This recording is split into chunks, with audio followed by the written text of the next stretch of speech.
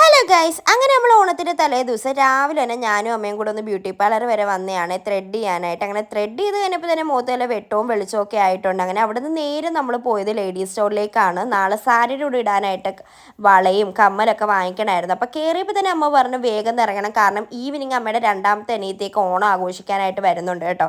അപ്പോൾ അതുകൊണ്ട് തന്നെ വേഗം ഇറങ്ങണമെന്ന് പറഞ്ഞിട്ട് ലാസ്റ്റ് അമ്മയാണ് കേട്ടോ അവിടെ പോസ്റ്റ് അടിച്ച് നിന്നത്. അങ്ങനെ അമ്മേനെ നേരെ അവിടെ നിന്ന് വീട്ടിൽ കൊണ്ടാക്കിയിട്ട് ഞാൻ നേരെ അമ്മയുടെ മൂന്നാമത്തെ അനിയത്തിൻ്റെ വീട്ടിലേക്കാണ് വന്നത്. ഇവരുടെ വീടിൻ്റെ തൊട്ടടുത്താണ് കേട്ടോ. പോട്ടിയൊക്കെ നല്ല അടിപൊളിയായിട്ട് ക്ലീൻ ചെയ്തൊക്കെ കിട്ടും. അപ്പോൾ കുറച്ച് ഐറ്റം പോട്ടി വാങ്ങിച്ച് വെക്കാൻ ഞാൻ പറഞ്ഞിട്ടുണ്ടായിരുന്നു. അങ്ങനെ അത് വാങ്ങിക്കാൻ വേണ്ടി വന്നതാണ്. അങ്ങനെ ഞാൻ വീഡിയോ എടുക്കുന്നത് കണ്ടിട്ടാണ് കേട്ടോ ഈ തിരിഞ്ഞ് നിൽക്കുന്നത്. ഞാൻ ഒരുങ്ങിയിട്ടില്ല, അതുകൊണ്ട് ഒരുമാതിരിക്കും, അതുകൊണ്ട് എൻ്റെ വീഡിയോ എടുക്കേണ്ടെന്നൊക്കെ പറയുവാണ്.